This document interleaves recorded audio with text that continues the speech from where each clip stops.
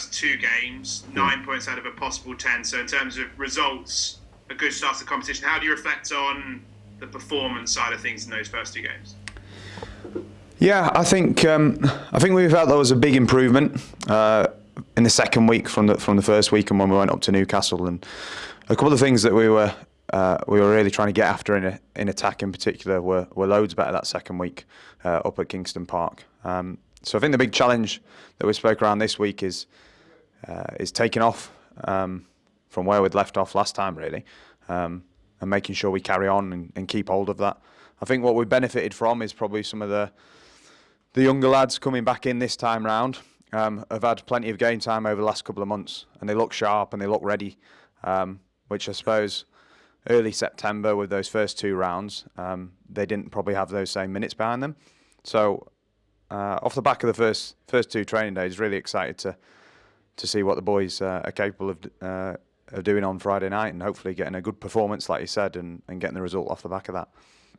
How do you balance with the younger players in terms of sending them out on loan, whether it be to Sale FC or to Caldy?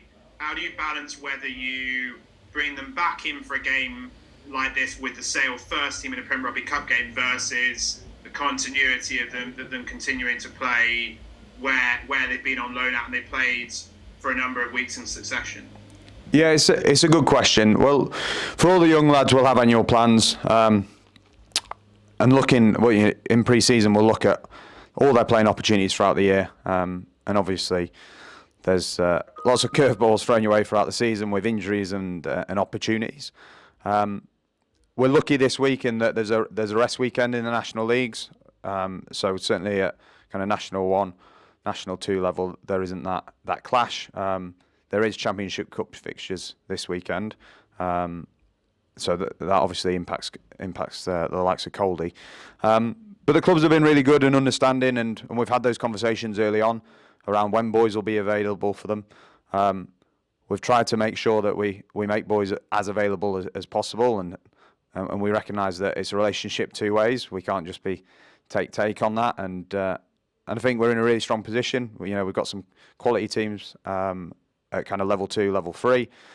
And similarly, a couple at level 4 for those younger lads as well coming through now.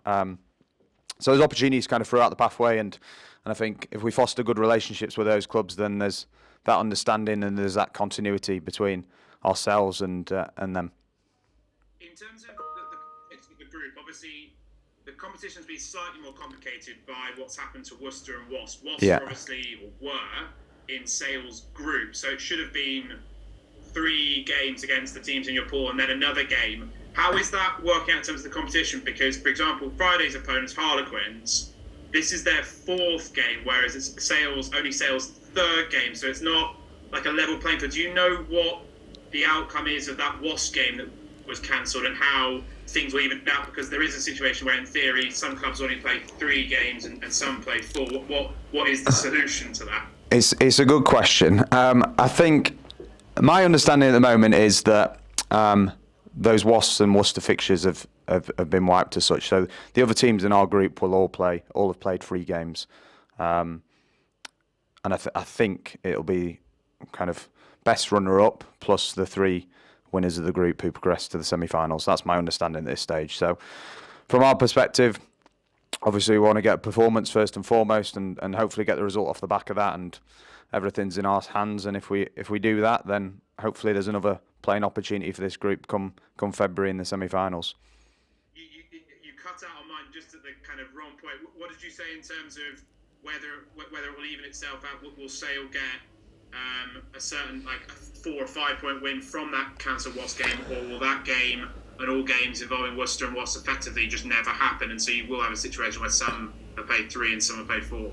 Yeah, I think. Well, this is my understanding anyway, that those Wasps and Worcester fixtures have kind of been wiped now, similar to what they've done in the Premiership. So all the teams in our group will have played 3 games post this weekend, and I think out of the 3 groups, it'll obviously be the top team in each group plus the best runner-up. I'm not quite sure how the best runner-up will work out, but in terms of us and our focus this week, we're seeing it very much as like a quarter-final week for this group, and if we get a result, then we get another playing opportunity come February at the back end of this competition. So, it's an exciting week for us, and I know the boys are looking forward to it. Will there not be a sense of kind of some clubs feeling a bit hard done by if they finish in a runners-up spot and they lose out to a team that's played a game more, so has had one more game to achieve more points?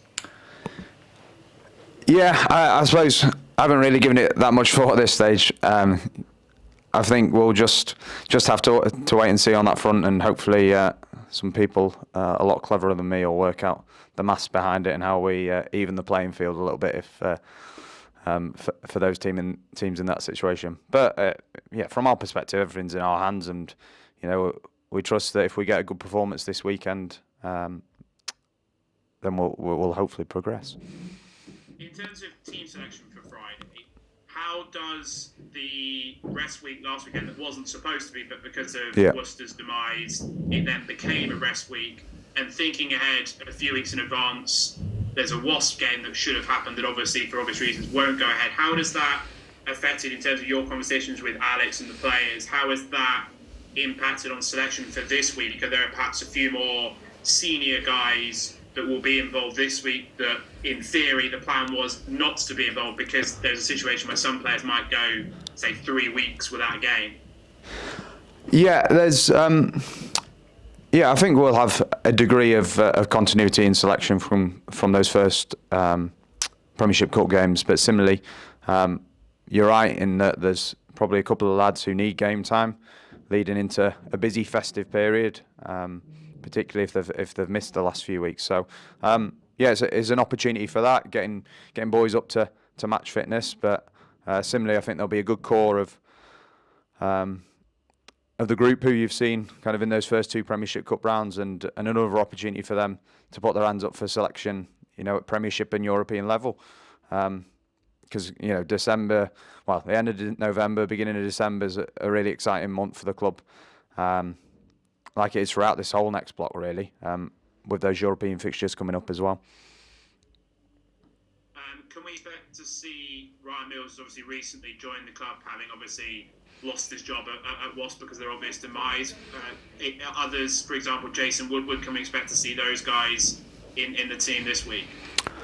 I don't think they're far off, mate. Yeah, hopefully there's probably a couple of things to tick off going into the back end of this week. But hopefully we'll be seeing those boys in a shirt very soon, and it might well be on Friday night.